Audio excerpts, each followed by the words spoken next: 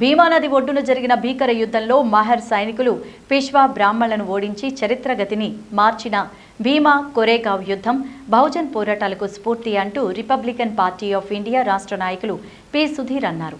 అంబేద్కర్ కోనసీమ జిల్లా ముమ్మిడివరం నగర పంచాయతీ పరిధిలోని స్థానిక బుద్ధ పార్క్ ఆవరణలో చికురుమిల్లి శ్రీనివాస్ ఆధ్వర్యంలో 206వ భీమా కొరేగావ్ విజయోత్సవ వేడుకలు ఘనంగా జరిగాయి.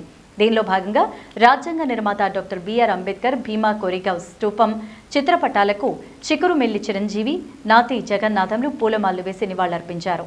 ఈ సందర్భంగా సుధీర్ మాట్లాడుతూ చరిత్ర గతిని మార్చిన కొరేగావ్ యుద్ధ స్ఫూర్తిని గుర్తు చేస్తూ కుల దురహంకార మనువాద 28,000 బ్రాహ్మణ పిష్వా సైన్యంపై 500 మంది భారత మూలవాసులైన మహర్ వీర యోధులకు మధ్య 1818 జనవరి 1న జరిగిన భీకర యుద్ధంలో మహర్ సైన్యం విజయం సాధించిందని తెలిపారు.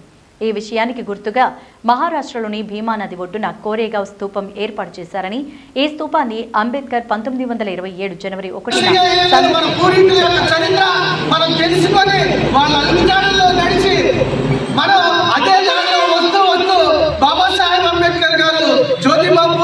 సమాజం దర్శించి ఆ తర్వాత అక్కడ ఉన్నటువంటి ఛత్రపతి సాహు మహారాజు గారి యొక్క సమాధిని కూడా ప్రతి సంవత్సరం దర్శించి ఆ చరిత్ర బాబాసాహెబ్ అంబేద్కర్ మనకి బయటకు తీసిన తర్వాత ఈ భీమా కొరేగావ్ యొక్క చరిత్ర తెలిసింది. కాబట్టి మహాశైలరా, ఇప్పుడు జరుగుతున్న రాజకీయ ఆర్థిక సామాజిక పరిస్థితులు ఇంకా మనకు అనుసరణలో ఉన్నాం కాబట్టి దీన్ని ఎదుర్కోవడానికి ఖచ్చితంగా మనం భీమా కొరేగావ్ సైన్యం ఏ విధంగా అయితే మహాసైన్యం తయారైందో అంబేద్కర్ వారసత్వాన్ని మనం అందరం కూడా ఆ సైన్యం యొక్క విజయాన్ని దృష్టిలో పెట్టుకొని మనం కూడా ఆ సైన్యంలో తయారై మన హక్కులను కాపాడుకోవడానికి మనం ముందుకు రావాలని తెలియజేస్తూ ఈ అవకాశం ఇచ్చినటువంటి మీ అందరికీ నా హృదయపూర్వక జైలు తెలియజేసుకోవడం జరిగింది. ఇలాంటి ఈ విజయోత్సవ కార్యక్రమాన్ని పెంచేటటువంటి పిల్లలందరికీ జయలు బుద్ధవందనాలు తెలియజేస్తూ, మరి ఈ రోజు మనం ఎందుకు ఈ విజయోత్సవ సభ జరుపుకోవాలనేటువంటి విషయాన్ని మనందరికీ తెలియాలి.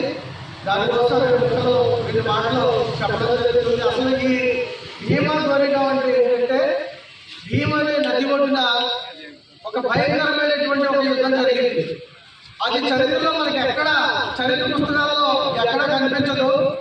కానీ అటువంటి యుద్ధం ప్రపంచంలో ఎక్కడ జరగలేదు.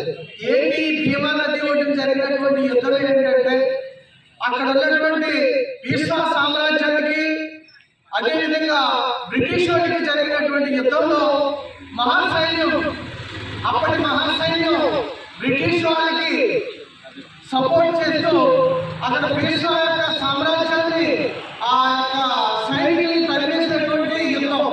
అసలు అది ఎందుకు జరిగింది